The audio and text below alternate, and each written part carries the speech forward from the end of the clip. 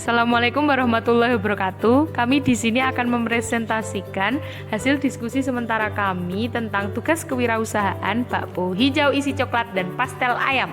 Sebelumnya saya Karunia Utami. Saya Putri Lanina. Saya Nurul Hayati. Berikut presentasi dari kami. Yeay. Kami akan menjelaskan 5W1H. Yang pertama yaitu what, apa. Di sini kami berjualan bakpo hijau isi coklat dan juga pastel isi ayam. Lalu selanjutnya di sini ada who. Kami terdiri dari 3 orang yang masing-masing memiliki tugas. Saya Karunia Utami sebagai manajer, lalu ada Putri Lanina sebagai yang mengurus keuangan, dan Nurul Hayati sebagai yang mengurus tentang pemasaran. Lalu yang selanjutnya itu when. When itu kapan matrik perencanaan kewirausahaan kami. Nah, dilihat dari tabel itu pada bulan Februari, minggu pertama, kedua, dan ketiga kita melakukan persiapan. Lalu minggu terakhir bulan Februari dan minggu pertama Maret kita melakukan uji coba produk kita.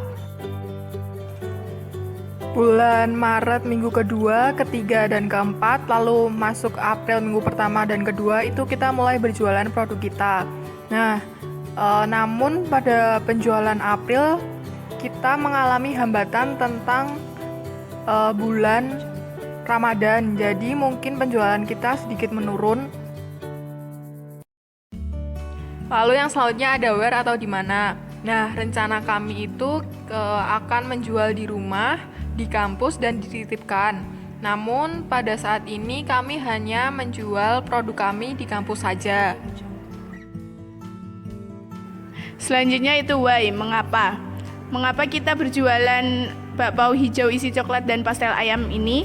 Yang pertama yaitu tuntutan mata kuliah, yang kedua kami suka jajan, yang ketiga kami memilih berjualan produk ini karena dapat disesuaikan dengan jadwal kuliah. Nah, selanjutnya yaitu bagaimana kita usaha ini kita jalankan. Nah, usaha ini kami lakukan secara insidental tergantung situasi dan kondisi.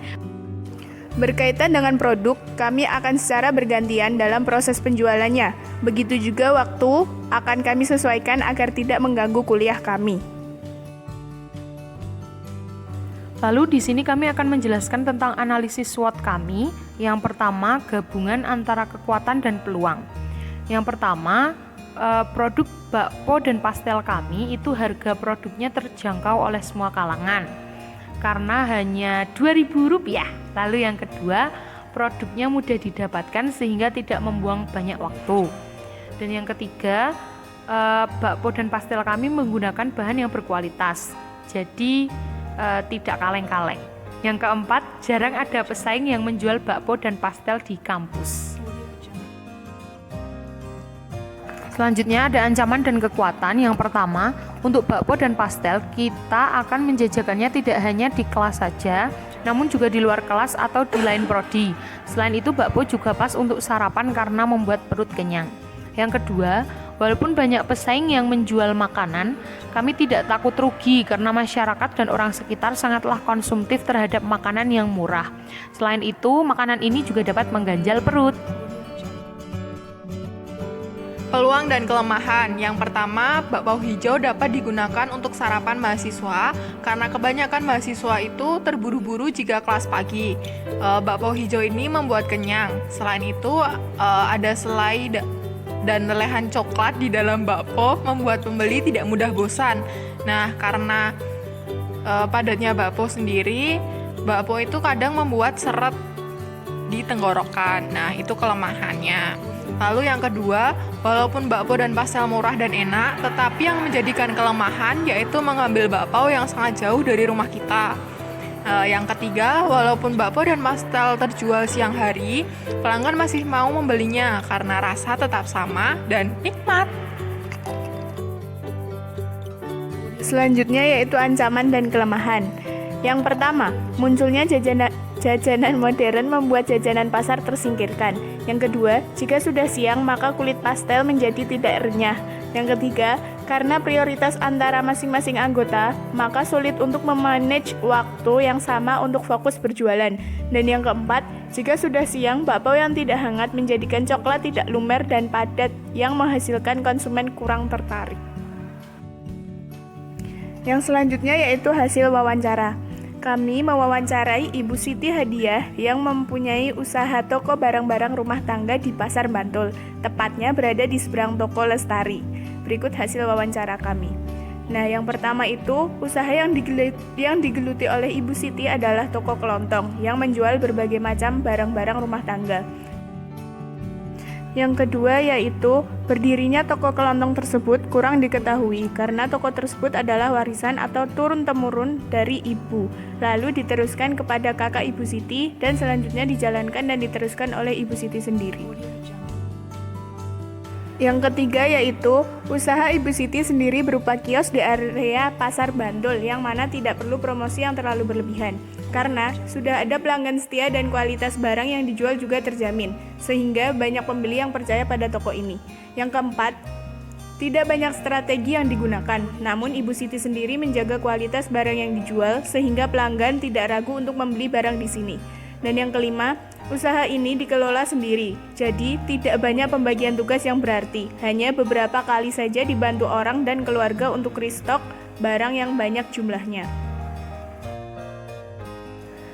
Keuntungan yang diperoleh oleh Ibu Siti dalam 1 bulan yaitu kira-kira sebulan sekitar 2 jutaan.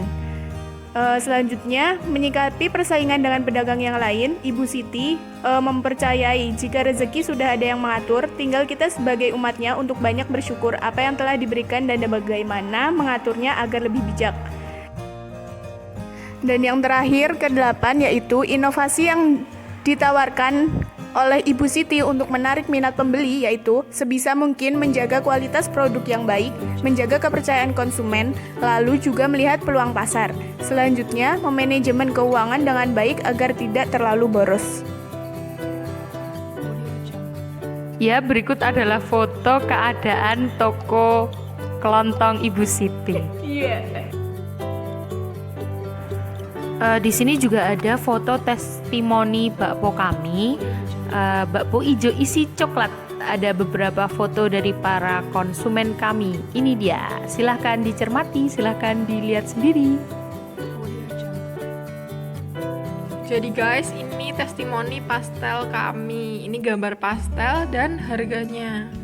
Tapi kita belum mempunyai gambar tentang testimoni pastelnya.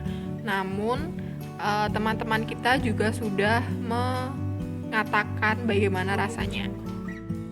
Jadi kata teman-teman kita, pastelnya itu rasanya gurih, enak, dan isi ayamnya itu banyak. Jadi mereka pada suka, begitu guys. Jangan lupa beli ya besok kalau kita jualan. Lalu yang selanjutnya ada break even point atau BEP. Karena sistem kewirausahaan kami adalah reseller, jadi kami tidak memerlukan harga produksi karena kami hanya menjual kembali produk yang sudah ada. Nah, rumus keuntungannya itu adalah harga jual produk ke pasaran dikurangi harga beli produk dari produsen. Di sini kami tidak mengambil biaya operasional karena biayanya jika dihitung tidak terlalu besar dan tidak menentu. Setiap penjualan per hari kami mengambil keuntungan bersih. Nah, misalnya contohnya jika harga beli produk dari produsen itu 1.000, kami menentukan keuntungan tiap pieces sebesar 300. Jadi harga jual produk ke pasaran sebesar 1.300. Nah, keuntungan ini sudah kami perkirakan dapat menutup kira-kira biaya operasional.